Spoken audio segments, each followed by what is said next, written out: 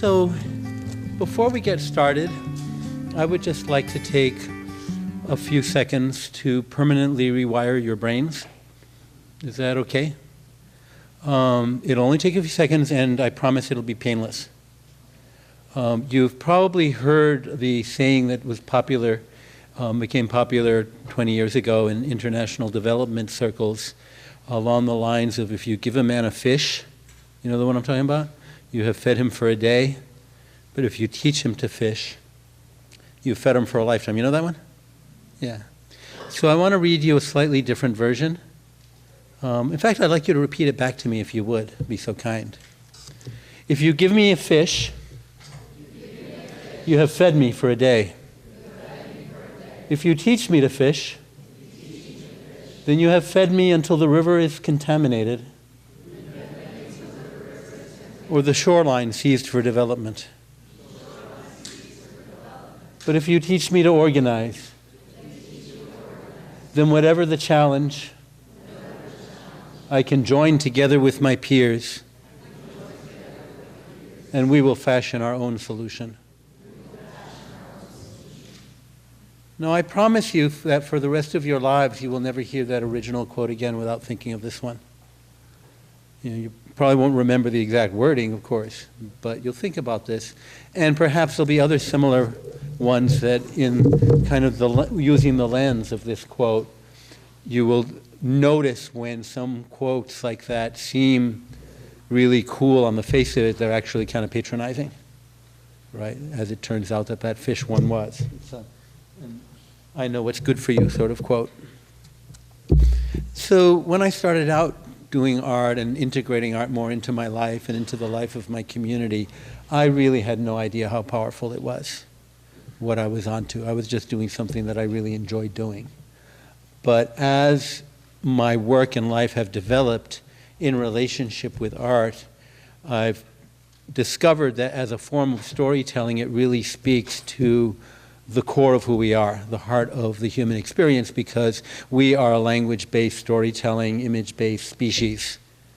We make our choices not based on what's going on in the world around us, but in the story we tell ourselves inside of the world around us, the model of the landscape that we have. You didn't come here today because you knew the way you had to travel to get to the why. You came here today because you thought you knew, because you had an internal map that, because of information that you've gained either from experience or from secondhand experience, or from symbols such as maps and people telling you things, right? So when we're talking about art, we're talking about shaping that internal landscape. So I think about my art as a form of medicinal practice. Right? For me, I never set out to be an activist artist or a political artist. I always set out to do art about the things that mattered to me. And when I was 5, that was chickens. When I was 8, it was pirates. And now that I'm much older, it's human resilience in the face of oppression. And the occasional pirate. And the occasional chicken. But it means that it's really just sort of organic. Art for me has always been organically part of whatever feels important to me in dealing with the world. It's not, there's no division in my mind between something that is so-called political and something that is not. In fact, politics is external to art. What I mean by that is that in the 1960s, for example, a picture of an interracial couple walking down the street together would have been politically explosive in South Africa, but it would not have gotten a second glance in Brazil, right? So that what is called political art is usually whatever is beyond the barbed wire fences that the local elite doesn't want, to be part of the discussion, right? So when I talk about art as medicine, I always start from a diagnostic question, whether I'm working with a community, an organization, a union, whatever it is, or in the case of Puerto Rico, for example, a national identity. And the question that I ask is, what is it that's keeping this group of people from feeling powerful and from acting on that power? What is it that's keeping people from feeling powerful? I don't mean what are the external factors, what are the external oppressions. I'm talking about what is it internally that keeps people from accessing their inherent capacity to resistance and to resilience. And therefore, what are the stories that need to be inserted? Where do you put the acupressure needle in the cultural self-image of a community in order to release power that's been trapped there? And of course, a lot of that has to do with helplessness. That when people feel powerless, when they feel helpless, then of course they're not going to organize, they're not going to try to make things better, because what's the point? We're not going to win anyway, it doesn't really matter, right? Another thing that keeps people from moving forward is a damaged self-image, right? I'm not worth it, I'm bad. It's the kind of narrative that gets imposed and implanted through trauma, right? I'm not beautiful in some sense, and so art that reflects that different story back to people who are suffering from that particular malady can be very powerful and can be very affirming. Now, to take that metaphor of healing a little bit further, when I go, I'm looking at any of these situations, I don't have like a formula for how I would offer art to any specific community or situation, any more than a healer would walk into a home to visit a patient already knowing what the treatment is if they haven't first sat with the patient and watched and listened, asked questions, and so forth. And so my bag of art possibilities, my bag of herbs, has in it options for raising a fever or for lowering a fever, for polarizing a situation or for de-escalating a situation, for stimulating memory or for exposing ugly truths. And it all depends on what is needed at any particular moment. Okay? So I want to give you a few examples of some of these different medicines and how they've been used and what they can mean. And there are all different kind of opposite ends of the spectrum of, raising a fever and lowering a fever, for example. So the group that I used to be part of, we would put any new art we created during the course of a year and whatever old favorites into a newsprint catalog, and we'd mail it around the country. That was the internet in those days. And we printed T-shirts as well as posters and things like that. And one year, we did a T-shirt that this poster is based on, and I'll just show you what it's a story that I call the bunny bomb, because there are multiple ways in which this particular design has had an impact on different situations. This is the bunny bomb. These cute little rabbits. And the slogan says, "Bosses beware, when we're screwed, we multiply." And it's so strange that management seems to be compelled to try to prove that it's true wherever this appears. So what happened is that we put this into a catalog. Oh, it was so good though. It was the bunnies were white in one little row, black outlines, and I put puff additive into the white ink so that it went through the dryer, it puffed up. So you had these three-dimensional raised little fluffy bunnies with this message.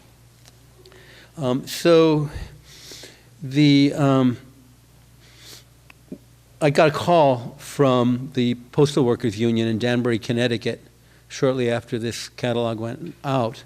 And they said, "How quickly can you rush us 300 of those shirts? But please put the design on the back, because we all sit at computers in this bulk mail center, and put our logo on the front." And we were into rapid response, so we pulled them together pretty quickly and mailed them off. They also, so one day, like the next week, 300 workers showed up to work wearing this shirt. Now, the backstory is that a few months before, the union and management had signed a contract in which management agreed that if we end up closing this bulk mail center, we will find replacement jobs for everybody within something like a 60-mile radius. And what had just happened was that word went out from management that we are closing this bulk mail center and our bad, there are no jobs.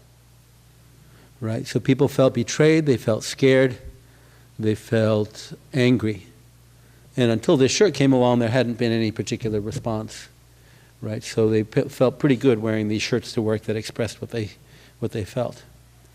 Almost immediately, a letter arrived from the postmaster saying, these shirts have come to our attention. We would like you to know that they violate our zero tolerance for violence policy. Fluffy little bunnies, right? And the only dangerous bunnies I know are the killer rabbits in Monty Python, if there are any of you who have that cultural reference. So the workers got back to me right away and said, how quickly can you rush us 300 more shirts with bunnies on them but no words? And we want buttons with bunnies and no words, and we want a rubber stamp. And we got them the shirts and the buttons anyway very quickly.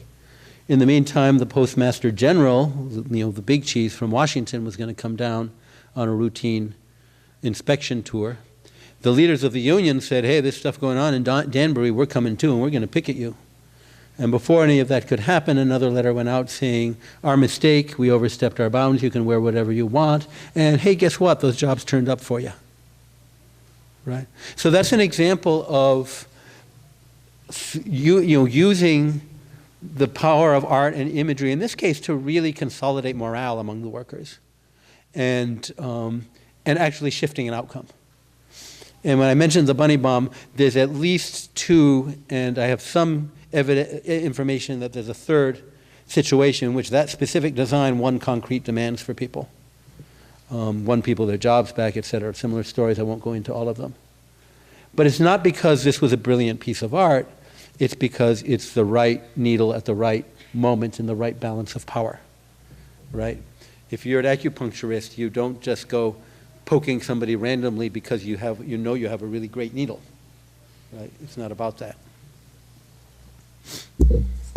So now I want to swing to kind of the opposite end of the spectrum. In a much sort of lower frequency, gentler kind of situation in which art becomes part of people's lives. And this is from the community I grew up in Puerto Rico. This is a coffee growing neighborhood in the Western Mountains.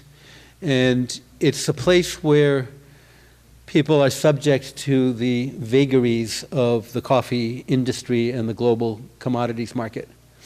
Because coffee is grown all over the world and because it takes 5 to 7 years for coffee trees to mature, a disease hitting the crops in Brazil or a drought in Vietnam or these kinds of conditions, fires in the Congo, can affect how much coffee is on the market 7 years later. There's a scarcity, everybody plants like crazy because the price has gone up. 5 or 7 years later, there's a glut on the market and prices crash. People leave the neighborhoods like mine and go find work in the cities, especially the young. So my sister and I have talked to folks in the neighborhood about what can we do to organize around reintroducing some of the old traditional crops that are not as subject to these kinds of fluctuations. But what we realized after a couple of years of going back and talking to folks is that the community was not ready for organizing. And the reason was that the neighborhood stories had not been passed on. That if you don't know the history, if you don't know the value of your community, you're not going to fight for it. Just like if you don't know your own value and your own worth as a human being, you're not going to fight for yourself. So we realized that there was something that you could call pre-organizing that needed to happen. I went to a conference on soil restoration once because artists find themselves in all kinds of strange places. And there was a farmer from North Dakota who was talking about instituting healthy forms of sustainable farming in her area. Turns out there's some really amazing work being done to restore the land in North Dakota. Who knew? But so she was talking about how when she first began going around to her neighbors and saying, we could farm differently. What if we put in overcropping, planting a cover crop after the end of the season? What if we pastured our animals outdoors in the winter instead of locking them up in barns and feeding them hay? All these different kinds of practices. What if instead of tilling the soil, we just kept putting more compost on it and letting it enrich itself and not dry out? And what the farmers told her, her neighbors told her, was, that sounds really good, but it's not possible. And the way she chose to interpret that, and I think this is what's really interesting, she chose to interpret that as meaning it's not possible given the current condition of the soil. So she set out to ask, what do we need to do to bring the quality of the soil up enough that these things can become possible? And that, to me, is what really implanted this idea of pre-organizing. Sometimes the soil of a community needs to be prepared before it's ready to plant seeds in. So Aurora, my sister, was doing oral histories at that time with some of the elders of the community before they were gone, and their stories with them. And I began collecting some of these or some of the insights from them and producing these posters that we would bring into the neighborhood and distribute. The people didn't know that the flat area by the side of the road used to be Don Paco's store, where their parents' generation went to school in 2 rooms in the back, or where their parents, when they were little kids, used to buy bread every morning. It was just a flat area by the side of the road. None of these stories had been preserved. So this is the first of those posters. They started out using a lot of photo collage, because Aurora had been collecting all these great photos from families. But increasingly, the more recent ones are more hand drawn. So this is the first one. It says, ¿De dónde venimos? Hay quienes recuerdan. Pregúntales. Where do we come from? There are those who remember. Ask them. And then the entire series says, La memoria es un recurso natural de Maricao. Memory is a natural resource of Maricao, which is that area. It's both the poorest and the most indigenous community of Puerto Rico. So we brought these in and we took them to Don Lichi's store. That's kind of the central hub of the community. And he had them behind the counter and would just give them to people as they came in, and they started getting out into the neighborhood. I visited one of those homes and witnessed one of these arguments that this poster seemed to stimulate. Everybody, of course, knew that was Don Luis in the foreground. Don Luis, incidentally, on New Year's of next year, New Year's Day, will be turning 100. And is a repository, amazing encyclopedia of community history and ecology. But then people started arguing about some of the people behind here.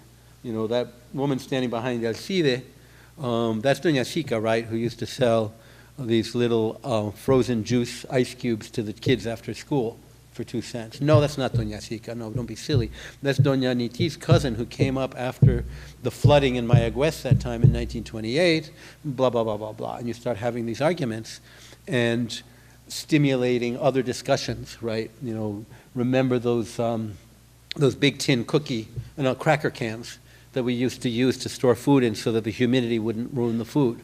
And then somebody else would say, yeah, and we used to cut open a door on the side and make little stoves out of them. Did you folks do that? Yeah, we did that. And the adult children would be going, Mommy, you never told us any of this stuff. And Mommy would be saying, I didn't know you cared. And the little kids would be just soaking it up, right? And it was just, especially the first time that happened, it was just such a powerful moment for me. It was like, okay, my work here is done, I'm good. So there were a number of others we did along those lines of bringing in community memory of different sorts, some of it very specific, some of it general. This one has a series of photos marking the history of the community in hurricanes, because we mark time with hurricanes, especially the damaging ones. It's a curious thing that hurricanes get their names from the Weather Service, right? If a hurricane is particularly damaging, though, it gets a saint's name, depending on in the Catholic calendar what saint's day that happened to be. So that's San Felipe, San Ciriaco. And these are photos from those different eras. The first one being 1899, just after the US invasion, when the hurricane devastated the coffee crop and resulted in a migration of Puerto Ricans to Honolulu, who are still there.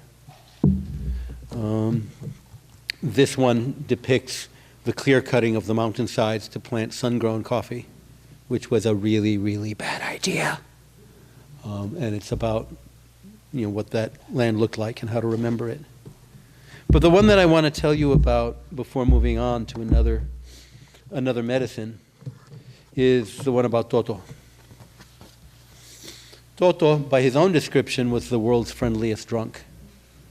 I don't know what his, how many data points he had in coming to that conclusion. But he was friendly, he was not harmful to anybody, and was beloved in the community. And he hung out in front of Don Lichi's store, which besides being the store, was right in the center of that area, so it was easily accessed, and it had the pool table. And there's not a lot of entertainment centers up in the mountains. But Toto, when he was 12 years old, started working on this plantation. We went and took a picture of the plantation where he worked as a kid, Hacienda Indiera. And it would take him one day to make 2 trips to the far reaches of the hacienda, collect the coffee that was being picked by the workers in that area, load them onto burros, and bring them back to the warehouse. Right? And the poster, centers him and, sort of collages in some images that tell that story. And I'll translate into the English. We worked hard, they paid us little, and our names are not in the books, but our stories are written on the landscape, is what the text. It helps to have a poet sister. And so my daughter and I went down there one time. And after I had made these posters, and we went to the general store and showed them to Don Lichi, and he said, "Ay bendito, Toto died 2 months ago." Right? So we went to his daughter's house and showed her the poster and asked if we could have the family's permission to release it into the community. And she said, "Come back tomorrow," by which time she had their blessing and told us to go ahead. A year later, when my daughter went back on her own, she was told by people in the family that until this poster arrived in their lives, nobody had so much as a photograph of Toto. There were no pictures of him. So they would create altars in their various households based around this poster, where they would put candles and foods that he likes and all the things that you do when you're creating an altar. So you have this really wide spectrum of the ways in which these things work. I come from Minneapolis, so after one of the police killing of Jamar Clark, and one of the photos from a protest, this became Minneapolis and was used as a sign that people carried in the marches, right? I'm going to keep hopping around here just for a few minutes to give you kind of a broad menu of the kinds of things that we find in the activist artist's palette. So there's another kind of poster which is a reframing poster. This is where you're taking popularly held assumptions and challenging them. That's what the "give me a fish" type of thing. You're tweaking something that people already have in their heads, and you're giving it another lens. So this, one of my favorite toddlers, the cutest toddler in the world, who I only know through art. This is not a toddler in my life. But the poster says, "Children are not an investment in the future. They are children." Right? And I've had people who work on behalf of children politically tell me that until they saw that poster, they were not aware that they were monetizing the kids by the language that they use. Children are an investment in the future. Children are our most precious natural resource. If we invest in them, we will reap dividends. And that, that by translating them into stocks and bonds, they could get support for children, but they're reinforcing these toxic ideas, right? There's another category of poster that I have produced at times, which are not catching the cutting edge necessarily of a movement, but I call them water bottle in the desert posters. They're meant to bring comfort to people who feel isolated and who are not getting the recognition and support that they need, or even recognition of their own humanity. So here are a couple of those. This one, based on the children's book Good Night Moon. Is anybody familiar with that book? Some nods. It says, and these statistics are really, really old. The numbers are much worse now. But it says over 2 million people go to bed every night in prisons in the United States. Most of them are dark and poor and are imprisoned for nonviolent infractions, increasingly for chemical abuse. There are also more than 2 million children who go to bed each night with at least one parent incarcerated. Education and other services for both groups are being slashed to ensure that billionaires can go to bed with more wealth and politicians can win elections. They all sleep under the same round moon. Right? So this is not going to be carried in marches, right? But it's a small amount of comfort. Similarly, this one, which says no one is disposable. The text at the bottom says, in memory of those who have died working in prostitution, from violence, illness, chemicals, and suicide, and the many assaults of poverty. So it's not a policy piece. It's not saying this should be done, this should be illegalized, this should be decriminalized, these people should be prosecuted, and these people should be treated, any of those things. The basic message is that nobody is disposable. And if you can say that about people who are generally considered by the so-called mainstream as being disposable, then you're saying it about everything, about everybody, right? It's establishing a different narrative rather than just reinforcing the existing one. You know, same as the narrative around that toddler poster.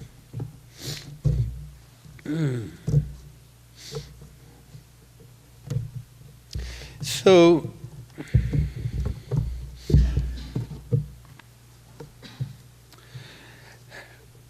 between all of these sort of extremes, there are various points along the way where the stories that come back to me have taught me about what the art can do. Let me see if my pen works. It does not. I'm about to perform a magic trick. Actually, that's not true. I'm just going to make a note to myself. Which is kind of magic. And if I can read it afterwards, that'll be a miracle. So in 1999, I noticed that a whole darn century was coming to an end. Actually, it was a whole millennia, but I was paying attention to the century. I'm an artist, and I notice anniversaries. I'm an artist who does commemorations a lot. And I'm thinking, dang, the 20th century. I didn't bring this poster. It's like 2 feet by 3 feet. Is that right? Or 3 by 4, I can't even remember. But it's a poster that shows the shape of a tree made up of 600 or 700 little images of political movements that took place in the United States during the entire 20th century, starting in 1900 and going all the way up to 1999. And I collaborated with another artist. We would have this big board. I'd have it on my kitchen table for several weeks till I ran out of steam, and then Jana would take it to her house and work on it till she discovered she didn't have time, and then would send it back to me, and somehow we managed to finish this piece of work. And some years later, I ran into a friend from Seattle who had shared her apartment with a much younger person, a student.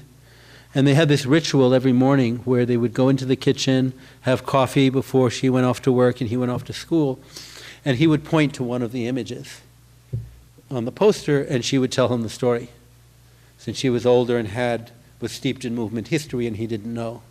Right? A poster like that is never going to create a tidal wave and change the course of a struggle, but it is going to create lots and lots of ripples, right, of these stories of of sharing of memories.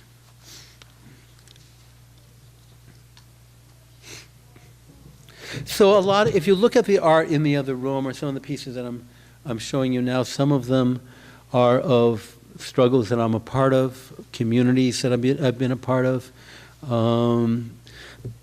It's all based on being in relationship with people, however. So that for some reason, the way my life developed, I do a lot of art that's really telling other people's stories, right? Which is a very complex relationship to be in. And it means being in relationship with, not just being, sort of offering a gift to people and feeling all self-satisfied for having done so.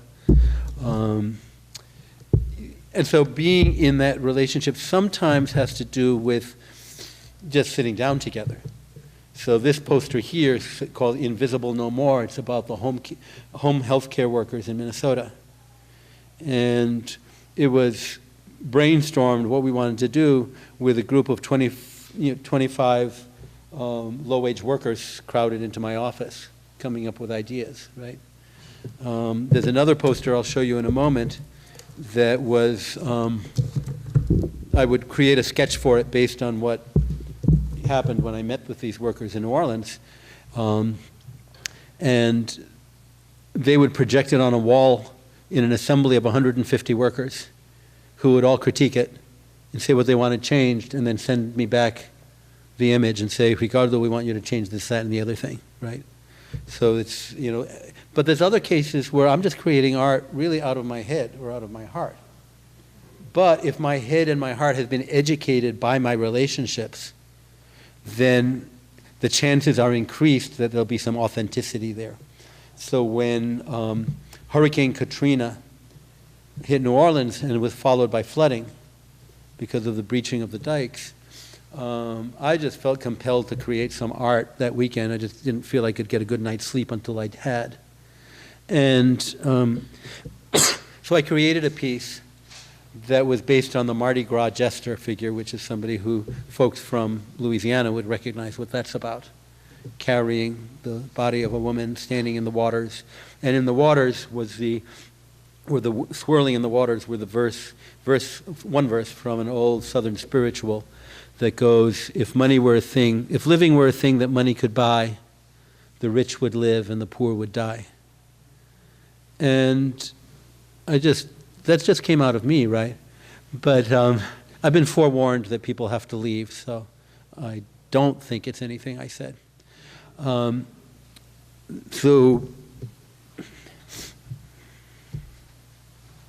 So I created that poster. I mean, I had to do it on my own because phone lines were down, and quite frankly, folks in New Orleans had more important things on their minds than storytelling at that moment. But a leader who went to take over his new post leading a workers' center in New Orleans had moved there from New York just 2 weeks before the hurricane hit. Right? Great time to move to a new city. But he said that every organization in the months following that he went to try to build response to the crisis situation had that poster on the wall. And that firefighters from Kansas and Chicago who went down to help with the cleanup were given framed copies of it as an appreciation gift when they left. Right? So it's all of what the stories have in common for me is how is it that they find ways to integrate into the lives of real people, right?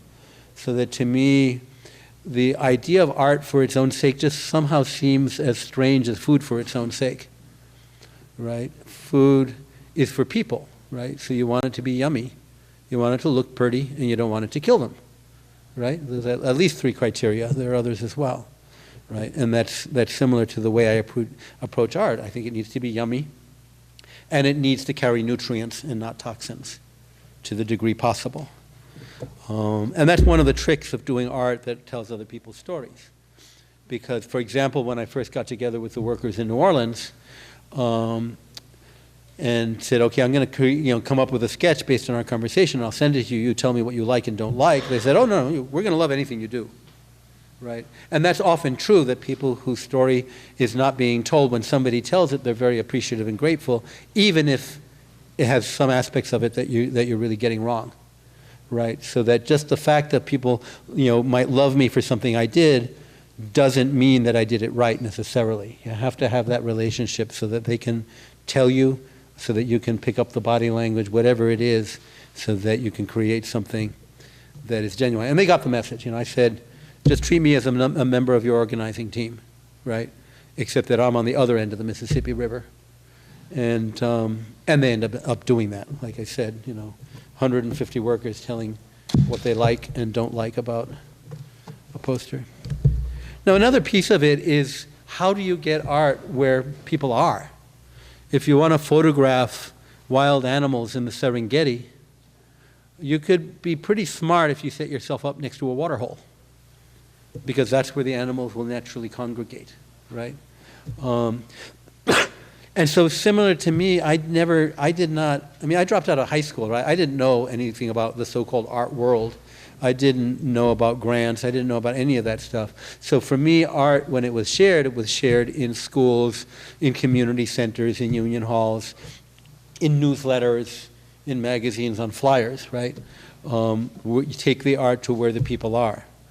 One advice I gave to one organization, I don't know if they ever used it, was to take the oral histories they were doing in their community, combine a photograph of the people they interviewed with text from the interview, turn them into, print them up as placemats, and give them free to all the coffee houses, greasy spoons, and truck stops in the area, right? How do you get stories, saturate a community with stories that are in some ways nutritious, right? Because we're surrounded by stories. We're surrounded, and many of them are transmitting lies. We're surrounded by advertising, by marketing, by all of these types of media that really try to stimulate an addictive response in us. And simply being able to have people surrounded by a different story. I mean, one of the key elements of trauma healing is reframing the story. Reframing the story of who you are based on these experiences that you had. And it's much easier to do that when you're surrounded by messages that affirm the story you're trying to tell, rather than messages that tell you, you actually are pretty lousy and inadequate, but we have a solution, and it involves going to the mall and buying something, right? That's really what the whole concept of marketing is. And in fact, you're going to be going there and buying something that's going to break really quickly, because we want to sell it to you again. So a lot of the work is about healing, right? About healing what's broken. Healing what's broken. One of the most remarkable things that I figured out about how capitalism works on the cultural level, not on the economic level, is that, well, even economic, is that it replaces relationships with transactions, right? And that leads to lots of levels of dissatisfaction, which you have to self-medicate for by buying things, getting lost in your cell phone screens, taking drugs, or mistreating other people, all the things that will produce dopamine and serotonin in your brain and make you feel powerful, even if they're just counterfeit. So that I feel that if I am about social change, and if I'm about art, and if I'm about using art in that way, I have to have, on some level, a theory of social change. Just like a healer has to have some concept of how the body works, right? The healer has to have a theory of health. And mine is that the soil knows how to heal itself, the body knows how to heal itself, and the community knows how to heal itself. Once you start delving into those, it gets a lot more complex. But I think on the whole, that's true, that these are complex systems that naturally have ways of recovering from damage. But those mechanisms for recovery have themselves been severely damaged by trauma, by colonialism, by patriarchy, by racism, by a lot of experiences that lower our resilience, right? So, so that part of the work that I'm doing is really supporting the emotional immune systems of communities. You know, it's because of this damage that we need healers. Yeah, the body knows how to heal itself, but it can sure use a healer to come in and remind the immune system of its job, or protect it, sort of detoxify it enough that can actually go back to doing its job. And that's how it is with us humans as well. We know an awful lot, right? So that for me, doing effective work usually means figuring out how to tell people what they already know. Tell people what they already know. And that is also the key to organizing. And that's the world that I come from, is social movement organizing. And you might have picked up by now that a lot of my understanding of organizing comes from ecosystems, comes from ecology. One thing I learned a few years ago is that in the Mojave Desert in the Southwest, and this is common to deserts in North America, it's common to find anywhere from 15,000 at the low end to 200,000 in the mid-range dormant seeds in 1 square foot of desert ground. That's the desert, right? We're not talking the tropical rainforest. There's all of these dormant seeds in the ground there. And if we want those seeds to grow, what do they probably need that they don't get in the desert? Water, yeah. They don't get water. So going out into the desert with a little stool, an umbrella, and a bullhorn and shouting at the seeds, "Grow, you dumb seeds," has shown itself to not be very effective. I've seen it tried, not with seeds, but I've seen it tried in communities. So the question is, why aren't they growing? Okay, they need something that they're not getting. So let's go out into the water, into the desert, with a truck full of water and soak an area of ground and see what happens. Turns out nothing's going to happen. And the reason is that nature did not produce idiot seeds.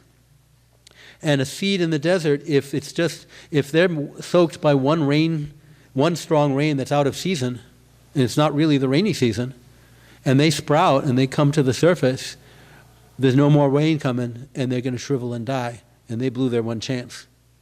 So that there's a number of adaptations. One is to have different coatings of and layers of various materials that will only wash away after they've been soaked maybe 8 times within a 2-week period. And then the water reaches the germ, and it's okay. I'm convinced now it's the rainy season, and the seed can grow. Right. So that is, to me, one of the keys to teaching, to healing, to therapy, to organizing. Bessel van der Kolk, who's one of the leaders in trauma therapy, talks about how therapists will sometimes write on the margins of their notes when they're visiting with a patient. Patient was resistant to therapy. And van der Kolk says that nobody should ever write that. What they should write instead is, therapist had no clue what to do next and hadn't figured it out, right? So that's part of the range of how those concepts are. You thought we were going to be talking about art, right? That on the one hand, when you're dealing with individuals, what is it that's keeping this person from being what they can be, from acting on their power, or this community? And then what are the low-level stories that we can surround them with, saturate the community, that support and validate and encourage those internal capacities, and tell them, just repeat endlessly this narrative that you are a seed and you can grow, right? And these are all possibilities.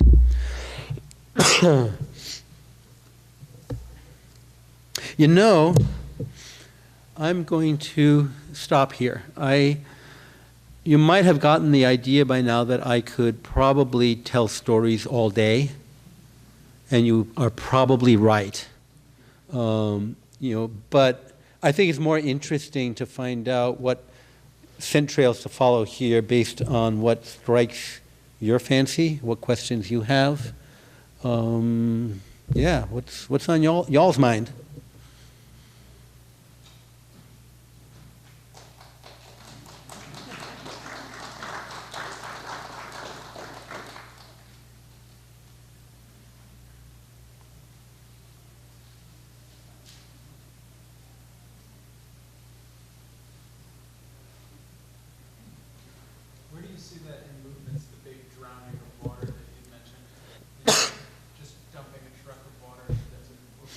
Where do I see people doing that?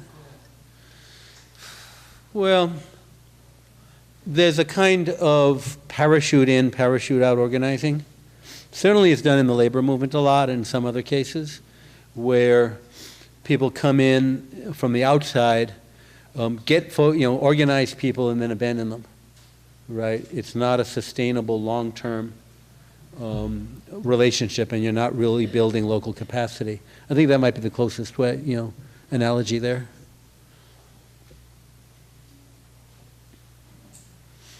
So I'm wondering what you produced on the current crisis, the immigration.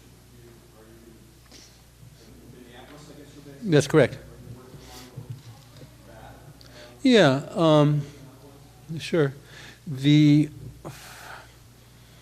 Like I said, first of all, I don't do art about different issues. I only do art about one issue, and that's resilience in the face of oppression. But as always, I've done the work that I do is both specific and general, so that I'm doing work like there are a lot of local immigrant rights groups that I've either done their logos for them or posters for their events or support their fundraisers with art, those kinds of things, so that it's all relationship-based. And then I also try to create art that reframes the story of immigration in various ways. I have a poster about ICE, the migra, which reformulates them as, I can't remember, something about community eradication, intimidation and community eradication as ICE, and then breaks down a little bit what they do. I also have, and I'm describing these because I'm not sure, I never know which ones I brought with me. I do have posters for sale out in the lobby, but I'm not sure which ones I have. But there's one I have that is the character in the poster is telling you that I am undocumented, in very large letters.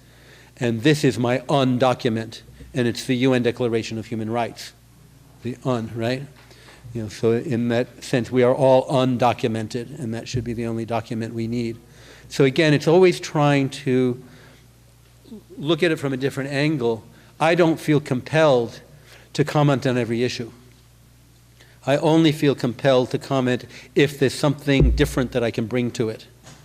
So that when Trayvon Martin was killed in Florida by a mercenary, by a vigilante, I should say, I didn't know automatically I was going to do a poster about that. I'm not a reporter, right? And it wasn't clear that that particular murder was going to reverberate through the bedrock of the U.S. In the way that it did, because honestly, these kinds of atrocities happen all the time. So when people start asking, are you going to do a poster about Trayvon? Are you going to do a poster about Trayvon? I said, okay, I'm going to do my due diligence, which is what I always do. I went out on the internet to see what has been done, what other art is out there. I knew people were doing art. And when I saw that the art that was out there was all about frustration and hopelessness, and people just feeling totally demoralized that why are we still putting up with this crap, decade after decade after decade, it's like that is true, but it's not medicinal. We know in our hearts that there's a lot of crappy, pardon the expression, shit going on. Right? We don't need to be constantly reminded about that. So I found a quote by the civil rights leader, Ella Baker, that was about this is happening, but someday it won't. It was forward-looking. It had a somewhat more positive message. And I just kind of whipped that off. I did it after supper one day. Sometimes it takes me weeks to do a piece of art. Sometimes it can come out pretty quickly. And I said, okay, I'll comment on this. And apparently it was the right thing to do because it was carried as protest signs in Ferguson. Trayvon's brother immediately contacted me for a copy signed. It's been on the covers and inside multiple books, magazines, school curricula, and so forth, right? Which isn't to say that kind of visibility is a measure of effectiveness, because some are only meant for a very small audience, but it does indicate when something strikes a nerve.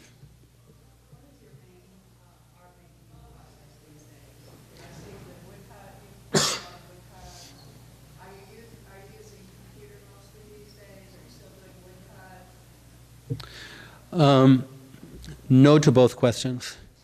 I started out doing a lot of woodcut and then linoleum block because I could always find scrap wood.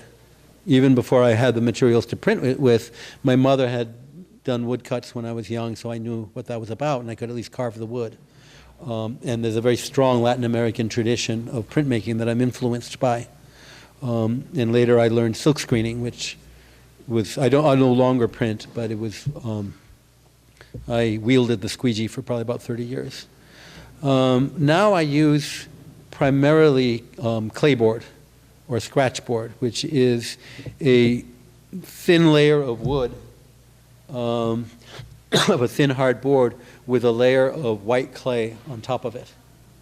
And what I do is I brush black ink, my art, I rough it onto that clay with a brush, and then use a rounded X-Acto blade to scrape it away and get the textures. Whether they're really, fine little intricate textures like this, or very rough ones like this, depending on what part of the blade I use. Is that how you created the ones based on hand? The one that I did by hand, yes. The ones that were photo collage, obviously, were not done that way. But almost all of the ones that I've shown you are on that basis. And then I scan them into the computer and resize them or correct them because, dang, I made these people's heads too big again. That's what you get when you don't have formal training sometimes. And also, I will then sometimes do in Photoshop what I could not do by hand. So the vast majority of my work is done by hand, but sometimes, like in this poster, I have these smooth, slightly gradated sky colors in the background. If I did that on clay with watercolor, it would just look like a muddy mess. So I'll let Photoshop do the magic for that one. But then this part is done by hand. Oh yeah, I'm sorry. I do the black, I scrape it, and then I paint watercolor on top of it.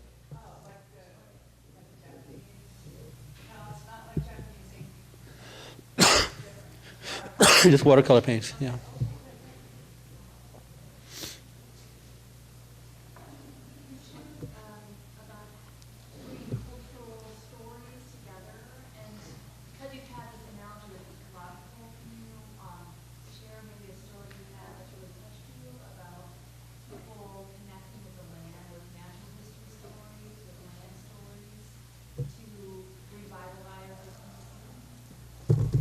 That's a good question. I mean, there are a lot of struggles.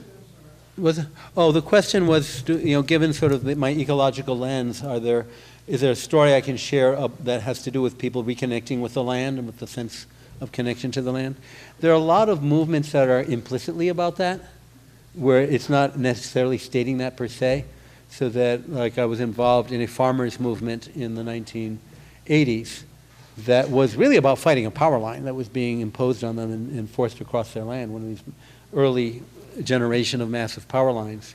So that the movement itself wasn't per se about, let's treat the soil nice, but part of the consciousness that became developed was about the fact that these are big fossil fuel companies, right?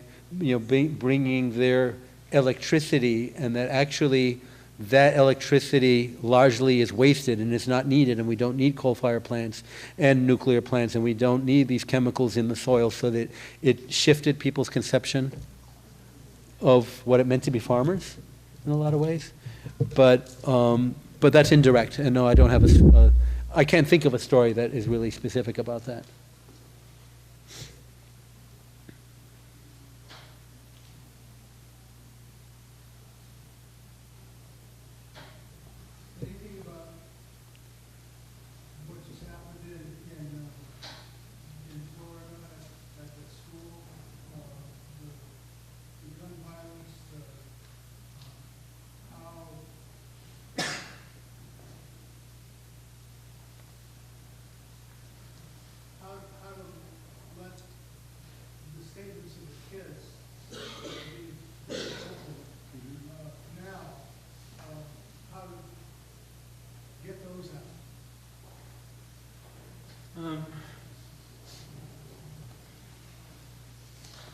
Well, I mean, I don't have necessarily a prescription for every situation because I haven't gone there and met with them, right?